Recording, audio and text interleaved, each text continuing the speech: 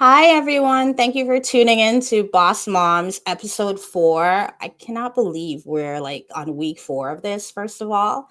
I'm here with Raven O'Neill, our serialpreneur mommy. Raven is amazing. So I'll just like start with that.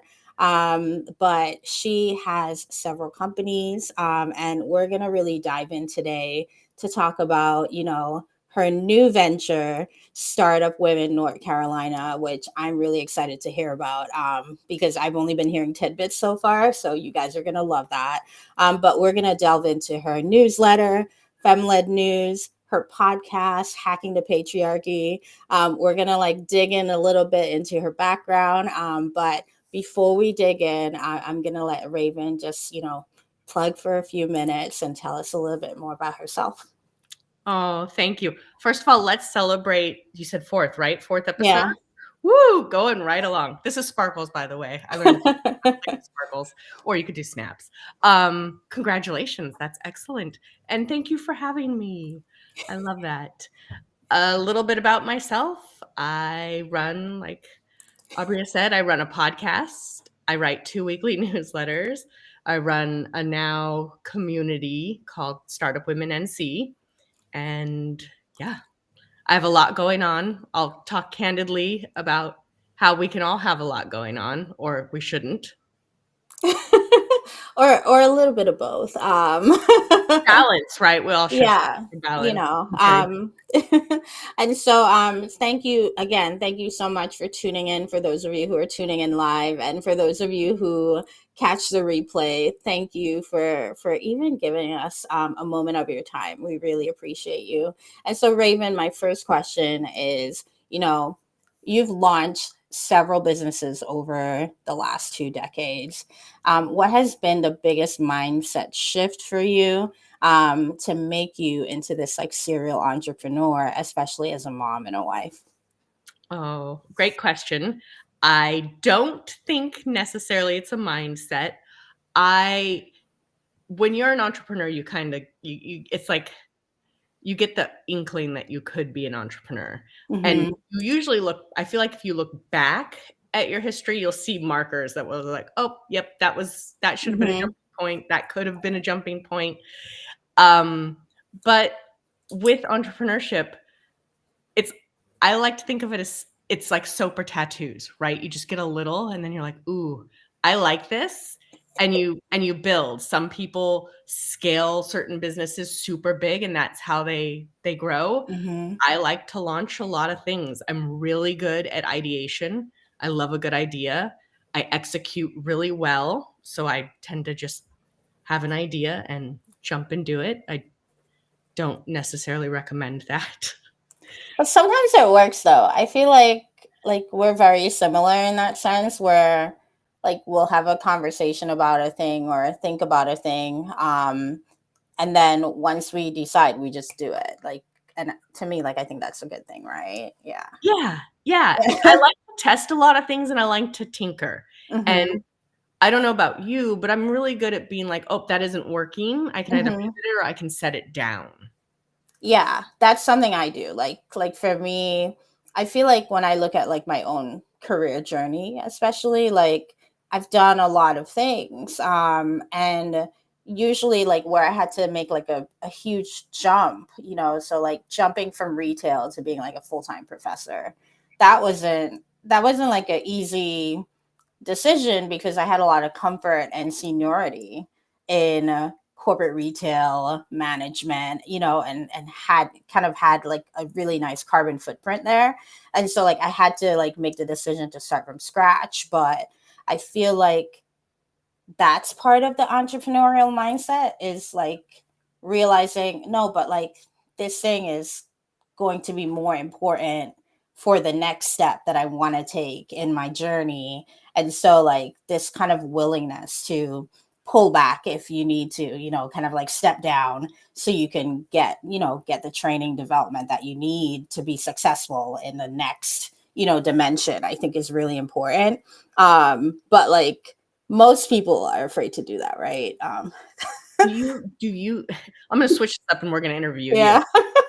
Do Do you think that that is because you are able to step back and see the line, see a clear vision of where it might be going?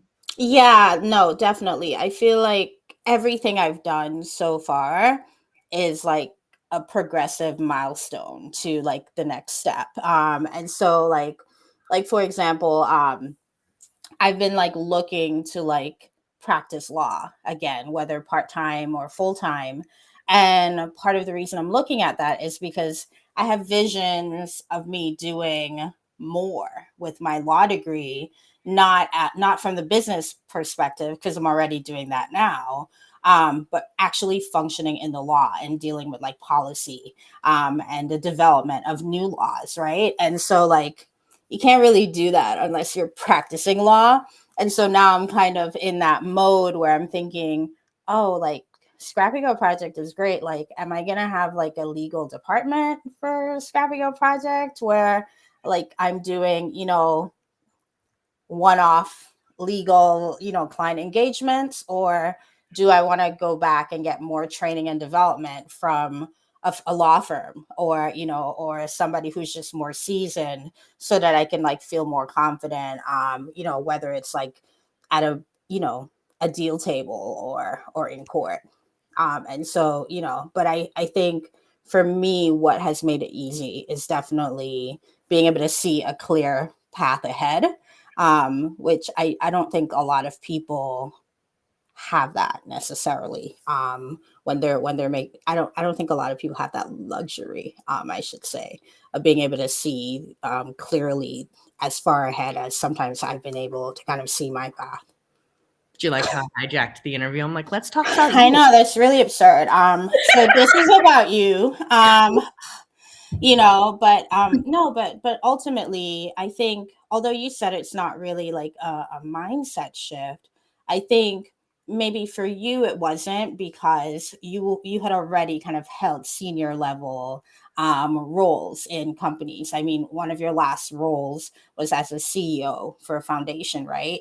And so what were some of the, and I bet there are people who are like C-suite or executive level who are thinking, oh, like I do a really good job managing this company, this organization, but like can I run my own business? Like, do I have what it takes? And so what was that? What were the key elements of your role as a CEO at your last organization that helped you say, you know what, I'm gonna go for it?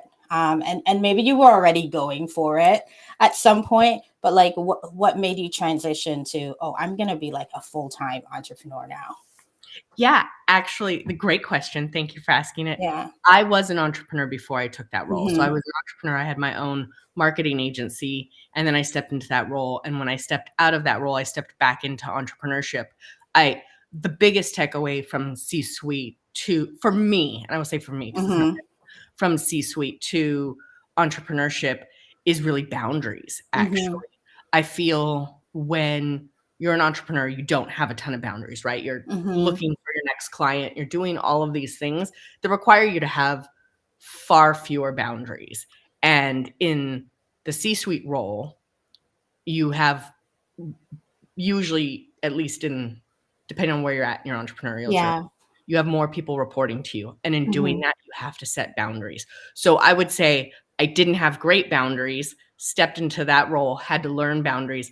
I now have, I was going to say I have really good boundaries, but that's not true. I have much better boundaries than I did before.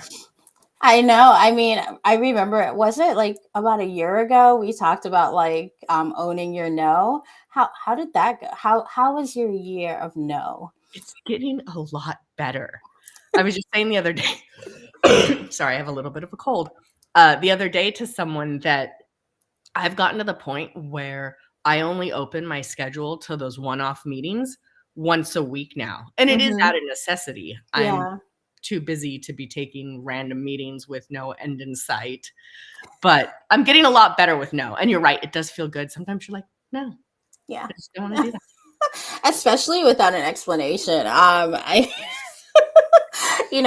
I feel, I was talking to somebody yesterday, and I was like, I want to go back to a place where you can just say no, and people will leave you be, right? I feel like as an entrepreneur, and especially as a business owner, that can be hard, right? Where you're kind of like, on the one hand, you want to get more clients, but on the other hand, like sometimes you can kind of, talking about like seeing that clear path, you kind of already see the outcome of, having a conversation with someone.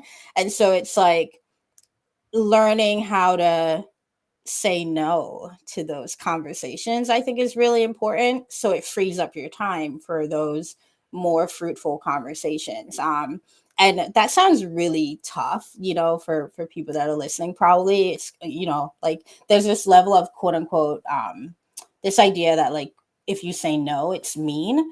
But I actually don't think so. I think saying no helps people clarify what they want, and clarify why they're asking for what they're asking. And so, I think it's like a two-edged sword. Like how you say no, I think is important, but not not saying no is definitely not helpful to the individual who is always saying yes, because that's how it kind of leads to burnout. I mean, you don't get to be a serialpreneur by saying yes to everything. Even if you say you have been not a very good steward of your no's, I feel like you probably have been saying no more. And maybe it's just like just disappearing off people's radars for a season. I love this conversation. I have so many thoughts. We could dive deep into this conversation. What is it? Clear is kind. Somebody Mhm. said that recently. I'm like, yes. So just a no, and no is a full sentence. Yeah. You So know. there's that. I did see you were talking about taking on those meetings. I had seen some post on LinkedIn somewhere where when people come in and ask for a meeting, this guy literally responds, "This is my hourly rate. Here's my calendar," and that's it. Mhm. So even if Yeah. they're asking for a sales call, they get the same, like, this is my rate, this is my calendar, this is Yeah. okay. I actually saw that too. I actually saw like a similar thing. And I've been doing that actually, where people are like, oh, can I like pick your brain? I'm like, here's my power hour link. You can pick away. Whatever you can fit into that hour, we can do that. And I think that's really important because like a lot of times, like, I don't know, I feel like every time I talk to people, they get value from me. And most of the people I talk to, I get value from. And so my thing is, if there's not going to be reciprocity in a conversation, then you probably need to pay me for services. And I don't think that there's any shame in that, or, it's kind of like my job description is consultant. So so if you want to consult with me, obviously there will be a fee, right? But enough about me and enough about no's. I swear, like every time we get together, I Raven, know. we No, I we know. just we just have the ability to completely derail our plans I without know, I know. It's hilarious. without even trying. For the people tuning in or the people missed it, rewind and listen to that one section again, because what you just said was solid gold. But in your newsletter, Femled News, Mhm. walk us through like why you decided to start that newsletter, and what are like some of your biggest wins in doing that newsletter so far. Oh, you're probably gonna have to repeat that second part later because I'll dive into the story. So I've been on LinkedIn for a really long time, or what feels like a very, very Mm-hmm. long time. But 2010 maybe is when I signed up. I'd have to look back. But back then, one thing I love to do is I love to read women's news, and then I Mm-hmm. would take a little piece and I would share it on LinkedIn. That was my literal strategy back in the day. Like, I'm just going to share this piece of news Yeah. once a day. That was it. Didn't grow, by the way, didn't grow my LinkedIn that way. Um, but that is what I was doing. And I was wanting to read news about women, by women, for women, women centric news every day. Mm-hmm. And I was having to go to all these different places. And I just wanted a place where that news lived. So I launched a whole website, a whole news media company, and it was a lot of fun. I enjoyed it, but it was also burning me out. So Mm-hmm. the one thing that I did with that business was I wrote a newsletter weekly to tie in everything I had read and written and Mm, reported on everything. So I decided I'm going to scrap the website. I'm going to scrap that. And I'm just going to put it into this curated newsletter that mm, shows the news I'm reading in a way that tells a story. yeah. So that's what it is today. No, I actually think that's really awesome. And part of the reason I wanted to talk about it is because I know that you had made this change. And I think this is so important for us as entrepreneurs to know when something is like taking too much of our energy. And, on the one hand, like we can kind of pause a thing, but sometimes we can get really creative about keeping something alive and growing without without losing the substance or the essence of what it is. And so what I loved was how you essentially like you made your website essentially the newsletter. And so many people are subscribed to newsletters. I have my own opinions about newsletters, and it's probably because I'm subscribed to 85 million and don't have time to read everything. But I think ultimately, like, there are people who really enjoy. It's kind of like the people who listen to podcasts, right? Like they're going to listen to podcasts 24/7 no matter what, right? And then you have the people like me who are like grifters. Oh, I kind of like this podcast. Oh, that was a nice episode. And and maybe I'll listen to like 5 episodes in one day, and then like that podcast won't see me again for weeks or even months, right? Because I've become distracted with some new idea or some new thing. But I think, the average person out there is really, and when I say the average, like this is not about like intellect or anything, just like the average human being out there, like has the things that they're bent to, that they're going to consistently do every day. And so I love the idea of shifting gears, retaining your energy and still managing to curate this like beautiful thing where if people want, if you want curated news for women, by women, about women, all you have to do is subscribe to FemLed News, right? And so I love that. I think that's so important. And I think you answered the second part, which is, how how did you manage to kind of like shift gears? Like you shifted gears by creating this new thing, and I think that's so important. And speaking of podcasts, because we're just flying through. We Um, are. We got to slow down. We still have. I know. Oh, we'll find more things. We'll find more things to talk about, I'm sure. Actually, can I highlight something about the news Yes. real quick? For those tuning in, like that was a perfect example of how you can massage and this dogs massage and pivot something you're working on. Like Mm-hmm. it was overwhelming, so I just pivoted it. I mean, it was a pretty big pivot, but I made the pivot and it actually brings me so much more joy now. It's one of Mm-hmm. my most joyful tasks writing that newsletter Yeah. because I get to do what I love, which is read the news, and then I get to Mm-hmm. report on it. And it was so draining to try and recover news and massage it and come up with new content. It was such a nice pivot. And it's just proof Mm-hmm. that you don't have to necessarily shut it down. Something that's taking too much energy, taking too much time, you can reimagine it. Yeah. Yeah. No, I think that's so important. I mean, that's something I did with like my services at Scrappy Girl Project too. Like I remember initially I had this like ridiculous vision, which you know about. Um, but ultimately, like I realized like before I could truly like engage this like massive vision, which is still going to happen, I needed to make sure that my clients felt safe with me, like before I could introduce them to all these like wonderful women that I wanted to basically have as this like broader team of consultants, delivering this like mega service. I had to make sure my clients were safe enough with me that they would trust me to say, okay, we'll keep working with you if you're working with a Raven O'Neill, or, or some, and I'm saying Raven O'Neill because like she was one of the first people I reached out to.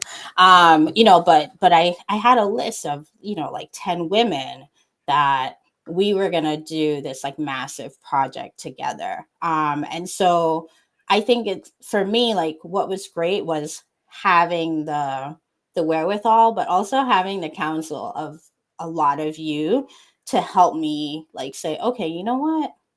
I think I want to just really get the trust of my clients, get the trust of any organizations that I work with, so that when I say, hey, like, let's do this, let's do a 3-year program, versus like a 90-day program, they're going to be willing to do that because they've already seen the results. And I think that's so important to have the humility to do that sometimes, as an entrepreneur. Like for me, like that was me like having to get off my high horse of wanting to like, expedite the process and saying, okay, like let's get the nuts and bolts in place. Let's make sure people are getting the success that they need.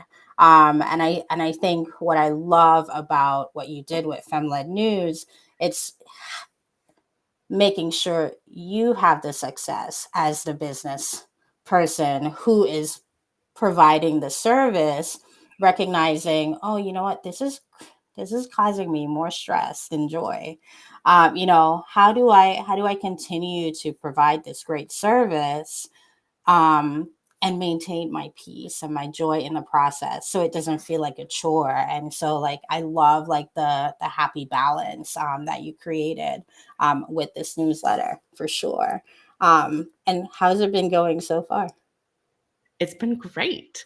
I I want to give your listeners a little bit of value Hmm. in regards to you talked about trust with scrapping out. Yeah.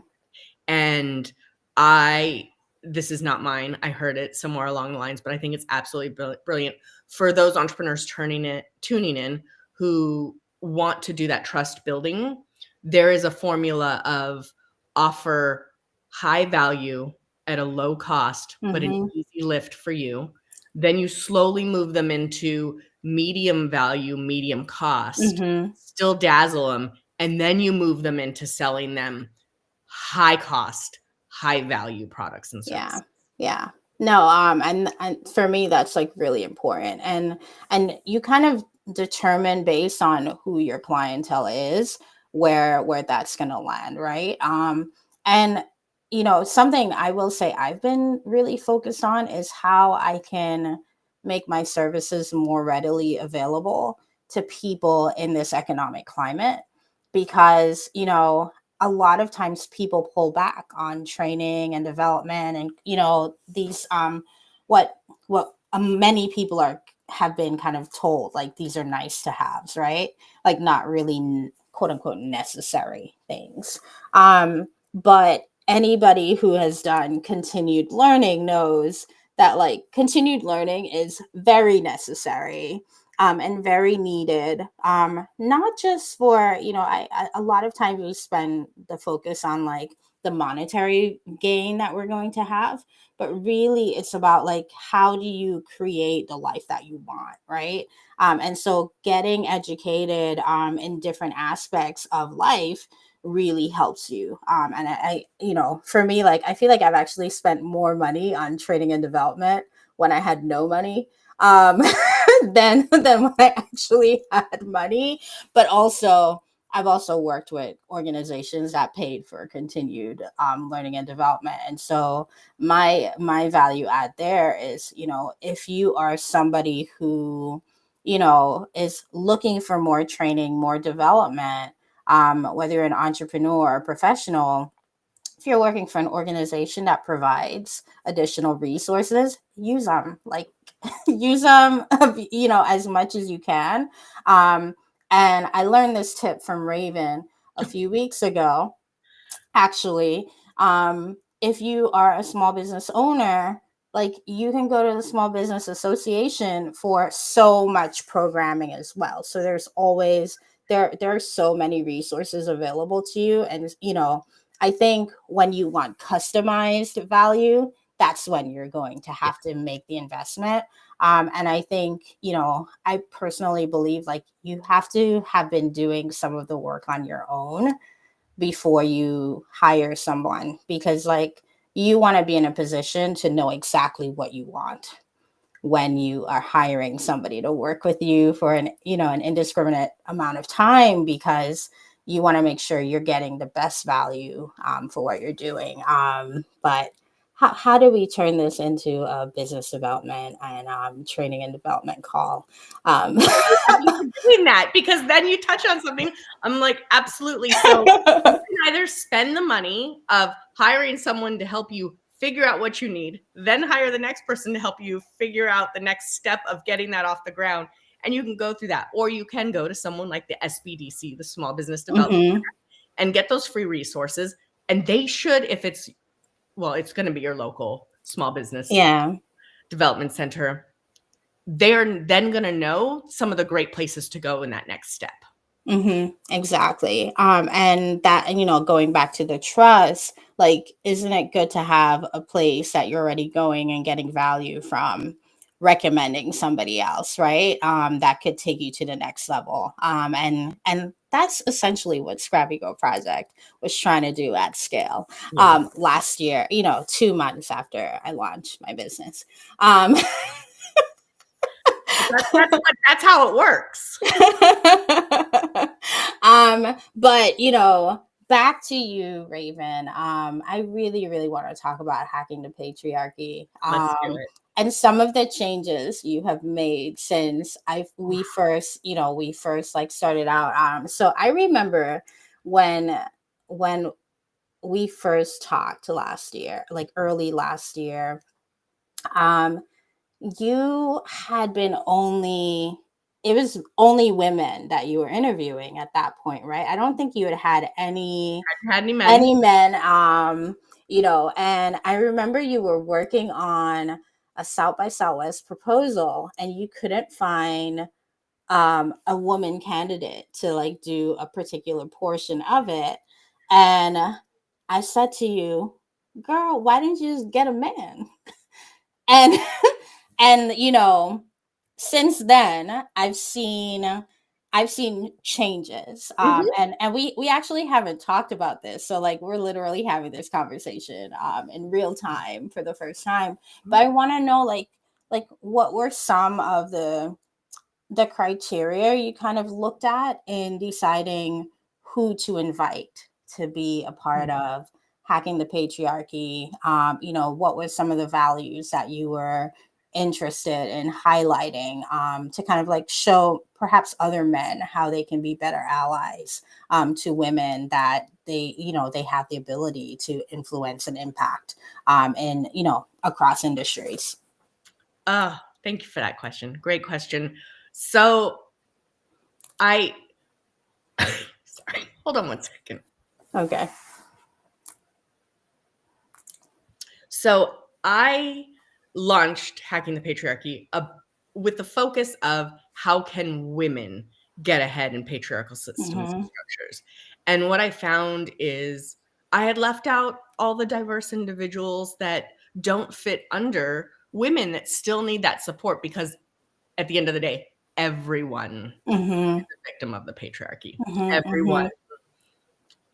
Everyone experiences it differently. So I kind of, in the end of last year, decided, well, I want to focus on being of service to all diverse individuals. So that was the initial shift. And in that, I felt some conversations could be had with men. And so I didn't necessarily open it up and say, I'd love to have this conversation with men too. Men started to come forward, and I was like, perfect. You're the perfect person to talk about it. I love it. Let's come on and do it. What I have found really funny is I do, in full transparency, when you launch a podcast, the first 2 seasons you were a part of, I was having to ask people every day to come on the show. I'm in that place where people are now reaching out to me. I want to come on the show. I'm going through the process of vetting people differently. I get a ton of men that do apply to come on. And the second I'm like, We talk about men versus women dynamics in every episode. Crickets. Mm, that's actually good to know. And good to know for like just like data points, right? It's like good to know because you want to know what is out there, right? Not so good to know because you realize men don't want to be having some of these conversations that really need to be had. To me, I kind of look across industries, and I feel like, we do this in the Black community too, but there's always this like, oh, you know, women, like, oh, the first woman to do X, the first, or there are three women CEOs at Fortune, 500 companies or whatever. And it's like, yeah, but what about the 497 other companies? And how can we justify that, right? And what we're even noticing lately is maybe there were women in these like senior roles, but when it's time for succession, it's back to a male counterpart, right? And so I think this is a conversation that needs to be had, because at least the four women I've interviewed so far are more than capable of being in senior, executive roles. And the women that I follow online all the time, like, they're brilliant. They're like, I know like some of the most brilliant women that have ever, been in business, have ever run a company, have ever practiced law, have ever been in technology development, right? And so on and so forth, like really across the board. And so a question I've always kind of asked myself is like, how have we been justifying this bent in this almost like male dominated society when there are clearly women not just capable, in many instances better qualified to do the actual roles, and they're not getting them, right? And I know in the 90s, I know, so I was a child, I was still a child in the 90s, but I remember hearing, as a child, when a woman is in business, one of the things, whether like she has her own business or she is working at an organization, one of the questions that was always kind of like posed to women is, oh, are you going to have a family? Right? Like that was a question that used to be asked, like, and this kind of mindset that if you have a family, then you're not serious and you're not dedicated. In fact, earlier today, I saw someone post about, I think it's the Boston Red Sox coach. He took off from a game to watch his daughter graduate, and there's all this hullabaloo about I love that word. I was gonna say, I like, you fit that into a conversation. I mean, that's winning. Game over. You don't need to do this anymore. But like, all of this because he took, they're literally at like, oh, is he serious about his role as the coach of the Red Sox? And so like it's clear that this kind of mentality is also like put on men when they make those decisions. But I often wonder, and although this wasn't one of the questions, maybe like what are your thoughts on that? Like for me, like I've always thought like if the people with the most power engage in those everyday norms that we have to engage in anyway as human beings, then it's not such a big deal when somebody who is necessarily othered in these spaces do it. Whereas now it's like, okay, well, if all the senior executives are taking the PTO, right, or are having dinner and saying like, oh, I'm gonna have dinner with my kids. And it gets to the point where we're no longer announcing these things, because for me that's my issue with a lot of things, is like, I shouldn't have to announce to you, things are just a part of life. Like, oh, I gotta put my kid to bed. Like, why do I need to be working when I'm supposed to be putting my kid to bed, such that I need to announce? Like, it needs to be a quote unquote accommodation. Yeah. Right. And so what are your thoughts on that? Like, as somebody who's been essentially like doing the research, doing the interviews, collecting this data, what are your thoughts on really shifting the gears? I mean, I think it's a little bit harder in this political climate for obvious reasons, Obvious but reason. but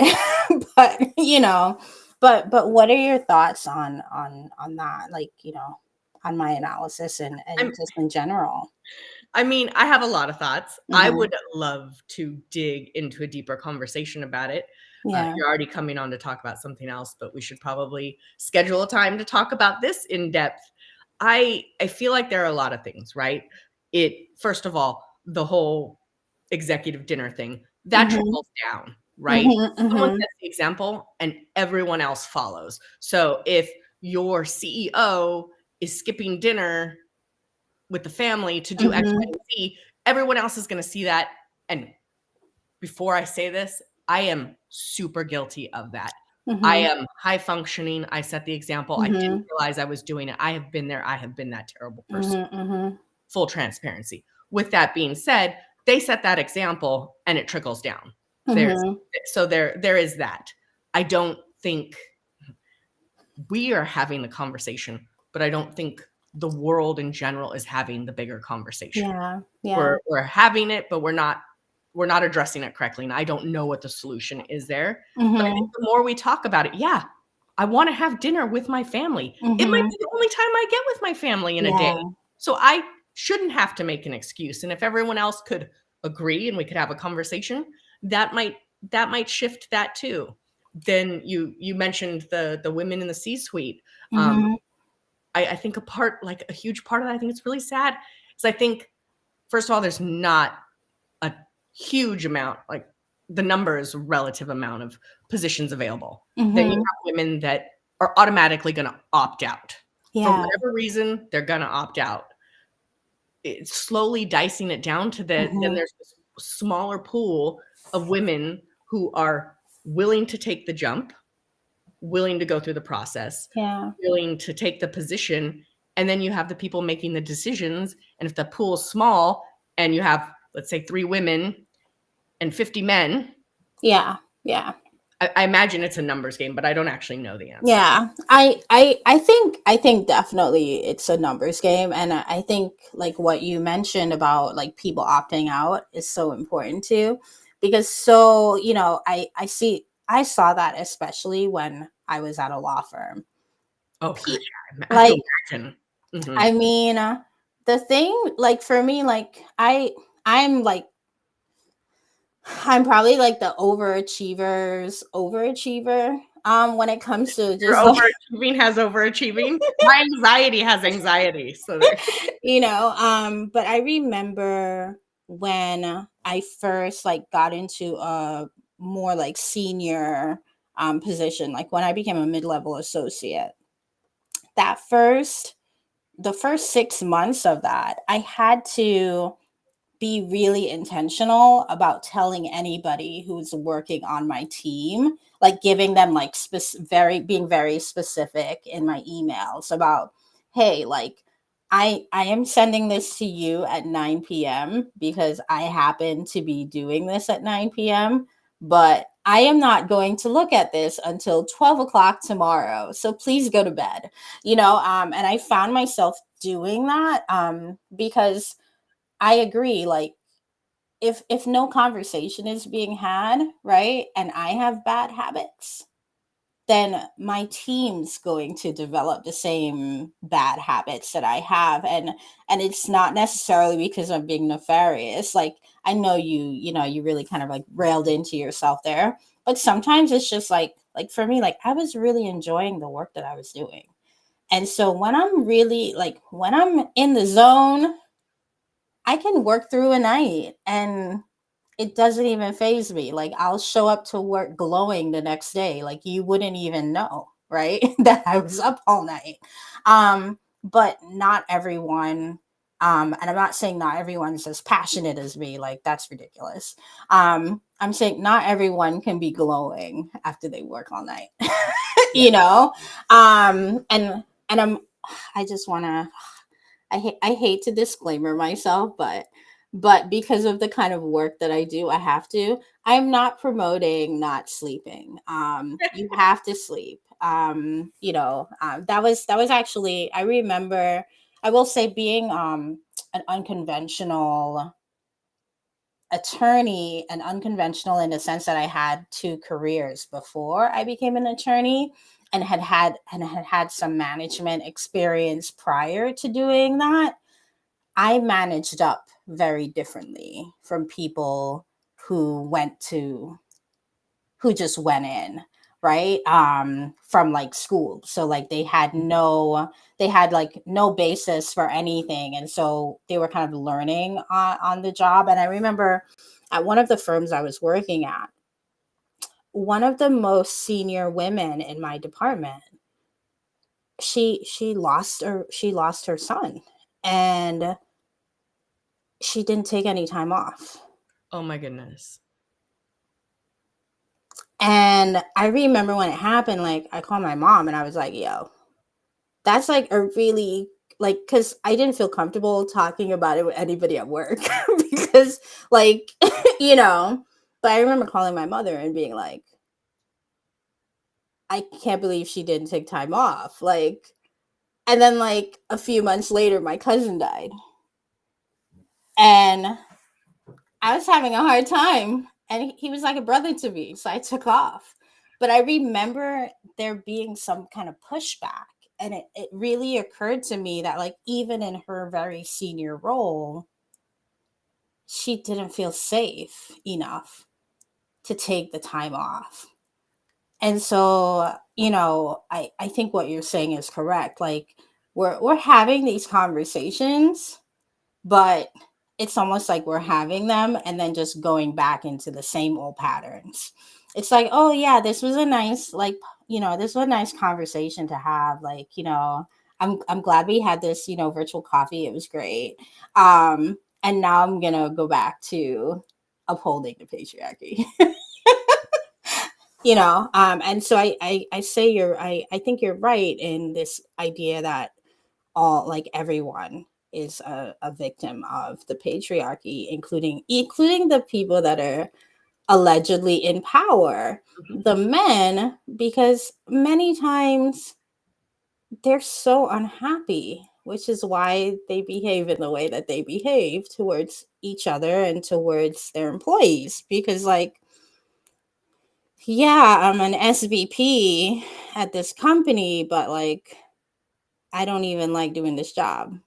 And I've spent 30 years doing this job because it just worked out that way. And like the money's good, but like I haven't gotten creative enough to figure out what I need to buy, whether it's a coach. Because to me, it's like, I know they say money can't buy you happiness, but if you're creative enough, you will find your happiness, especially when you're talking like millions of dollars. Like, to me, if you have hundreds of millions or billions of dollars, there's absolutely no reason why you shouldn't be happy, because you could get you a life coach. You Mhm. get like a coach for literally every area of your life, right? If you're truly like, to me, like, yes, I can't,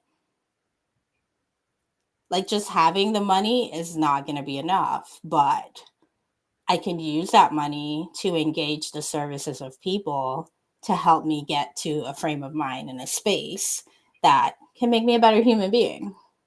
It's funny while you were saying that. While I don't advocate for this, I was like, yeah, they could get a coach, they could get a psychologist, they could get a therapist, they could get a psychiatrist, they could get drugs. Like, don't advocate for that, but you know, but like anything, like, to me, like, even for me, like, if I like, I always tell people, like, if I was like a gajillionaire, I would have a personal chef, a trainer.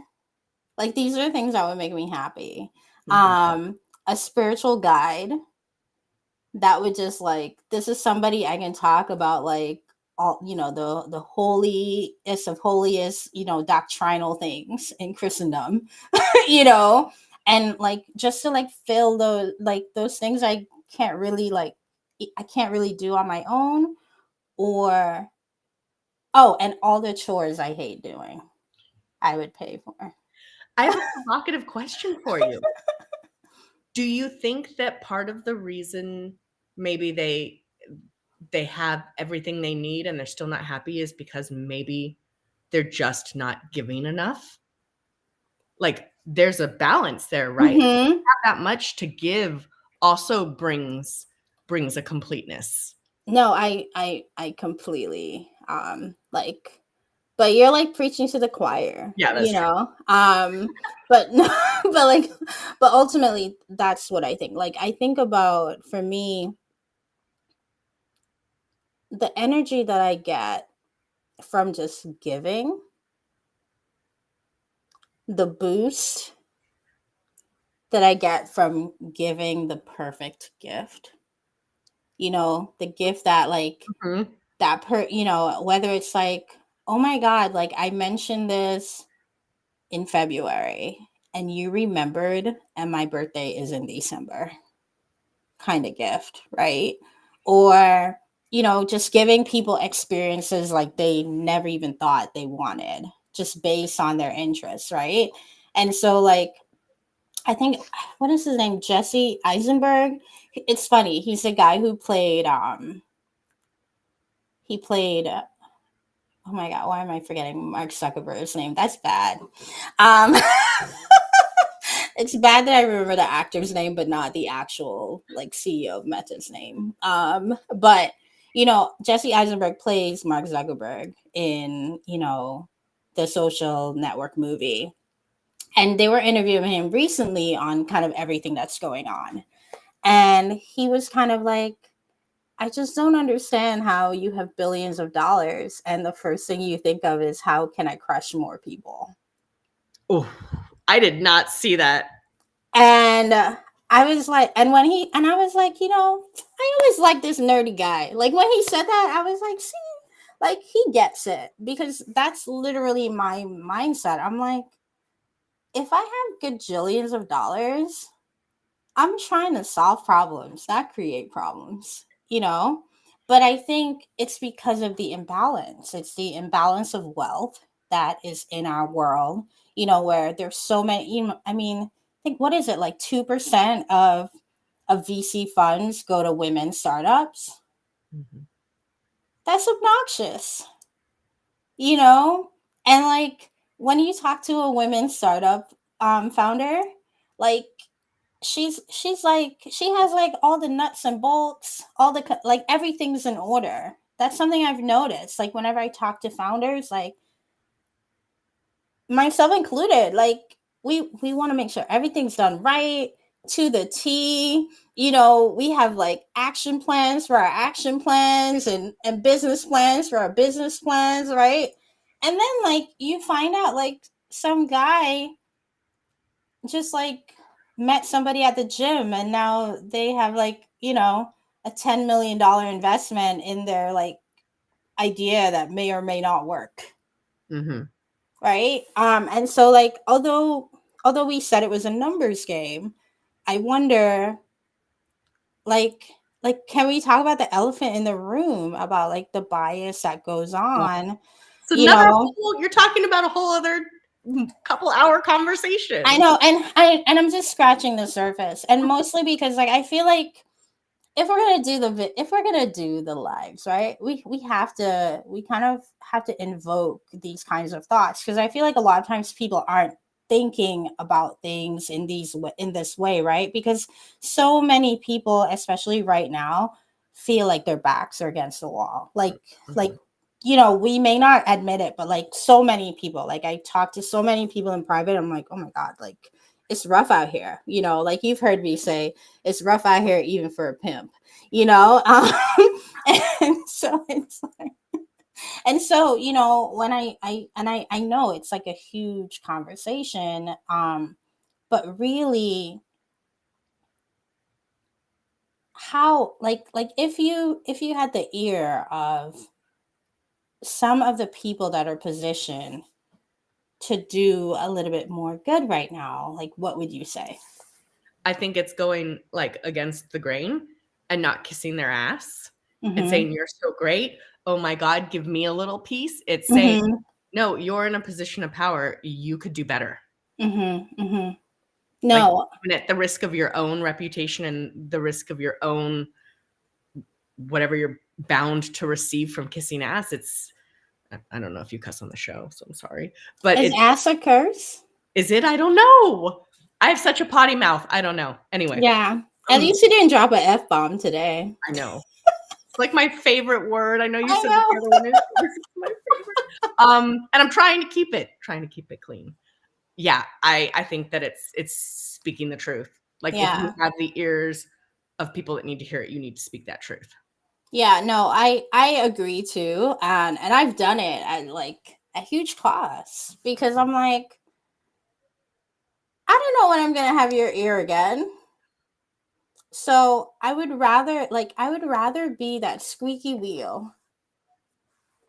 I'd rather be that voice in your head that's different from all the other stuff you're hearing, because at some point that voice is gonna get loud and you're gonna have to face it, right? Whether you ignore it in the end or not, you're just gonna have to face it. And I say that because I think about times when somebody gave me feedback, and the somebody I'm thinking of is my older sister because she's been giving me feedback forever.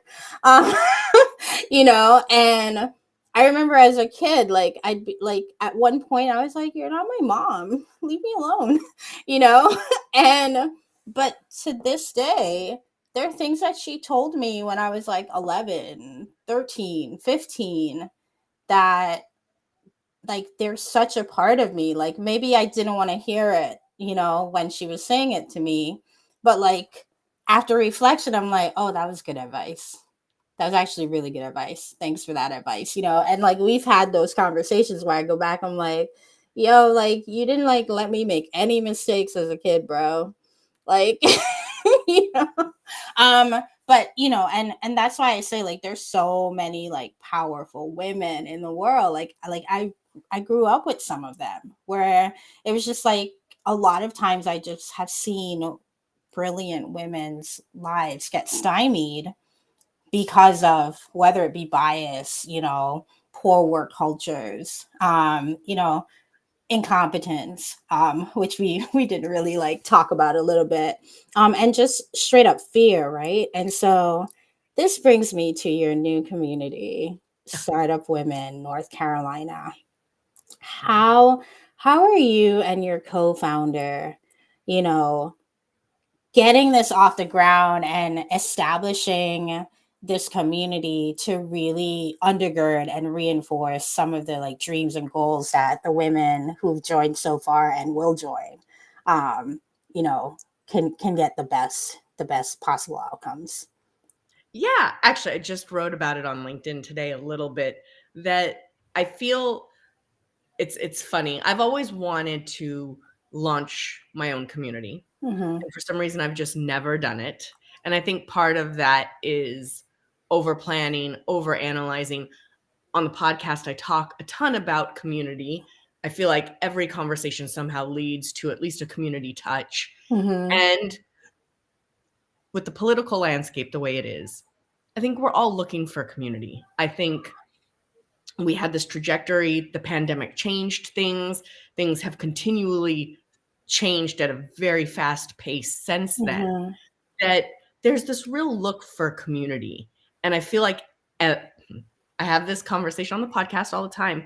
Everyone's building a community, but what defines that community? Yeah. And so, one thing, like how we got here, is that I moved to North Carolina. I had a history in startup. I really wanted to get involved with the ecosystem here and the women involved in startup here, and there wasn't that much, or at least at first blush, there wasn't that much.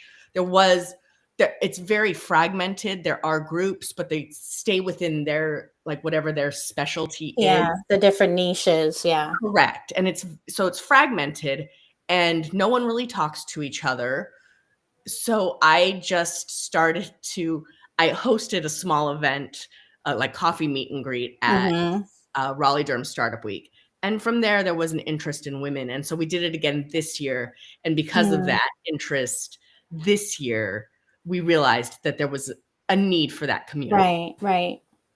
No, that's awesome. And so how are you bridging the gaps between like the different niches? Do you feel like you're getting a critical mass of like the different niches within the community so far? And like if you were to plug it for people that are in North Carolina right now, like new founders who need that community, what are the like, top 3 things that you guys offer that could give them what they need, if you will? For that question, yeah, we chose to stay to North Carolina for that exact reason. We want to have in-person events. Yeah. So I would say between Rachel and I, we've both worked in startup. There's not really much we can't cover, but we used the word startup. We struggled with this in full transparency. We use the word startup, but it really is for the solopreneurs, the small businesses, sidepreneurs, and anything in between. It's really women that want to launch or scale their business in North Carolina. Right. So we built a community. So we're building a community where there's in real life events, but there's also weekly virtual, like, get help events. Okay. Oh, that's good. So you're like facilitating workshops where they're like getting like actual like key skills to be able to now implement into like, whatever kind of work they're doing to build and grow in their own business.